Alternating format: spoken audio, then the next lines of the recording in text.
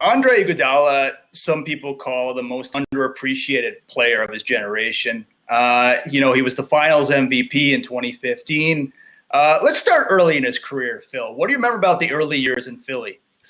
I remember being a Toronto Raptors fan watching the draft where the Raptors drafted Rafael Araujo one pick before Andre Iguodala. And I was like, wow, guys, you needed a small... Anyways, I digress. But you know what? He's been that kind of point forward. Like he was like a LeBron James light kind of guy before LeBron James was. He was a 6'6", 6'7", point forward who could defend the best player on the team, pass better than most forwards or most guys who aren't point guards, and was just a great team guy. I mean, I truly believe even right now he would start for a ton of teams.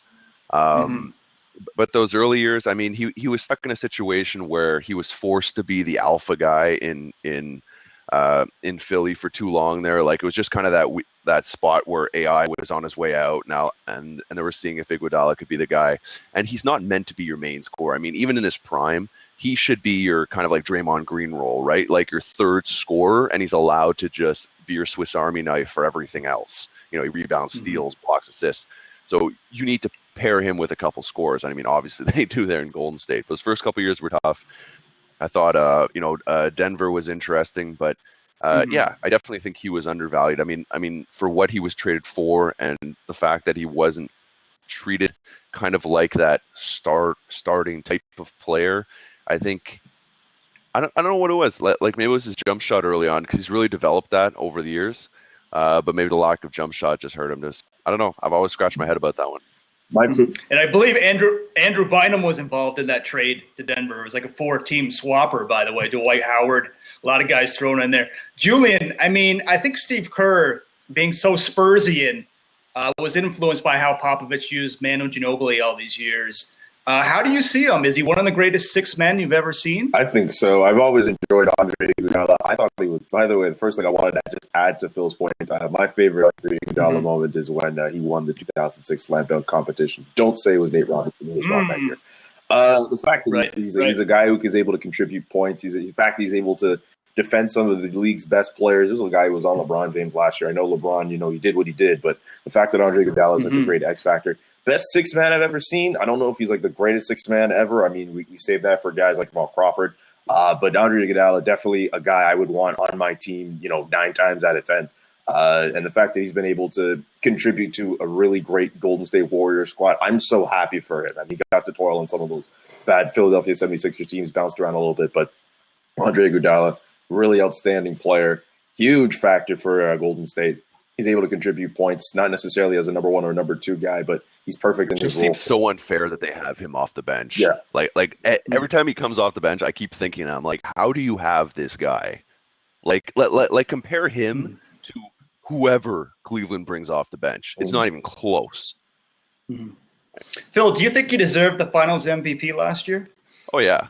Yeah, I think his defense on LeBron James, totally underrated. His ability, as good as a lot of their players are, he facilitates. I mean, we've seen when him and Draymond are the forwards on that team, you get elite passing when you match that with two of the best shooters in NBA history. It lets the offense flow. He's one of those selfless guys. He literally, when I was listening to Julian saying 9 out of 10 times, the only thing that got in my head is like, what does that 1 in 10 look like? Because I feel like he's that dude that you could literally fit with anything. Like if you put him with the Cavs, you put him with the Warriors, put him with the Thunder. Like imagine him as a 3-and-D shooting guard with the Thunder, with Westbrook and right, like all these scenarios. Yeah, I just think he's one of the elite players, and I think he's one of the main reasons that they are as good as they are. I think Draymond gets the most amount of credit as that kind of Swiss Army knife, but there's no letdown because you have AI on that team. Yeah, I think he really is, in a way, the leader of the death lineup. I'm going to end with 2 little trivia questions, one for each of you. Julian, who was Iguodala's AAU teammate? He's an NBA star. Wow. Okay. He's an NBA star right now. Okay. Wow. That's a good question. I'm kind of stumped. I'm not sure who his mate is. I'm not sure who that is. Welcome to the world, Julian. He gets us all the time. Yeah, Julian, look at your hat, man. It's Dwayne Wade. Bam. Phil. Do me like that, man. Marc Gasol. He grew up in Peoria, Illinois. He was runner-up for high school Illinois State Player of the Year in basketball. Who was Mr. Illinois his senior year in high school? Oh, man. It's not easy. I don't know. D. Brown. Chicago. D. Brown. There you go. It was just on the tip of my tongue. I was like, D. Damn, that's a hard. Like I wasn't sure. I was between D. Bryant and D. Brown. I was just like, hey, hold on. I need a couple more seconds here. And